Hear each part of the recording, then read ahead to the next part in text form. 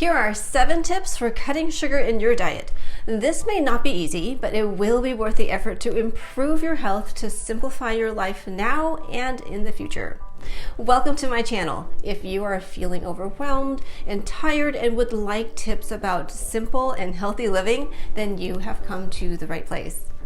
I made a video about the benefits I experienced from eliminating most of my sugar intake for 60 days. So if you haven't watched that yet, be sure to check that out. I will provide a link in the description below. If you have seen it or you have heard the benefits of eliminating or reducing sugar and you would like some tips on how to do this, here are 7 strategies that help me. First, stop buying products that you know have high amounts of sugar. The main products that we have stopped buying that are high in sugar are juice, cookies, ice cream, sweetened yogurts, sweetened oatmeal, and desserts. But also, by checking food labels, we didn't buy any products that have more than 5 grams of sugar per serving, especially if we know that the main source of sugar is fructose. Now, I do use honey, which has over 5 grams of sugar per serving, but 2 things. I use less than the serving size, and honey has some proven benefits unique to it, so I won't eliminate this item. Second, I know I just mentioned this, but I want to mention it again because I want to add on to it, is that we checked every food label.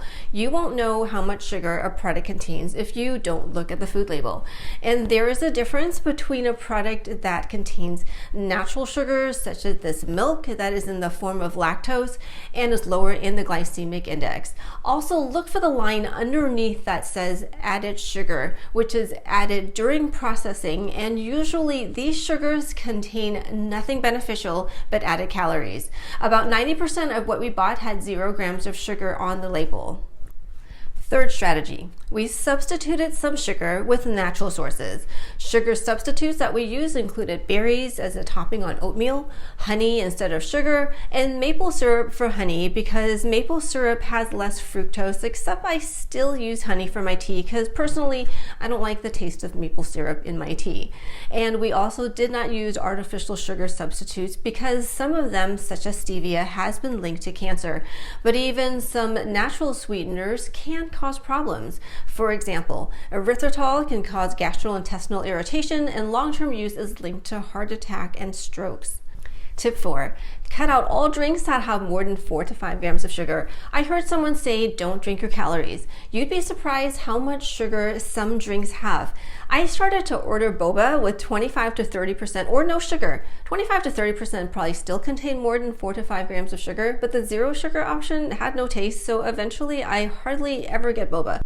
The next tip was to tell our friends and family who had us over for dinner about our new diet strategy. I'm sure our friends and family thought we were nuts, especially since we decided to reduce sugar intake close to the holidays, but by sharing our new diet strategy before going over or before having them at our place, we didn't need to refuse dessert. Also, by being upfront about this, we found out that a lot of our friends also want to reduce sugar. Another tip when eating fruit is to have berries or other fruit that doesn't spike blood sugar levels. I had the hardest time with this because I love summer fruits such as peaches, nectarines, and mangoes. So instead of eliminating these fruits, I cut my consumption to about 30% of what I had before, enough to satisfy my sweet tooth. Eating fruit does have benefits since they do contain fiber, so I'm not going to be so hard on myself for having fruit, but I am going to eat the whole fruit instead of drinking juice. And the 7th tip is to cut out dessert as part of our daily meal. Honestly, we were never big dessert people. I grew up not having much dessert, maybe once a week. For my husband, this change in diet was bigger since he grew up with more dessert and sugary foods. And by cutting out or reducing dessert and high sugar items, you will be training your taste buds to appreciate the taste of less sugar.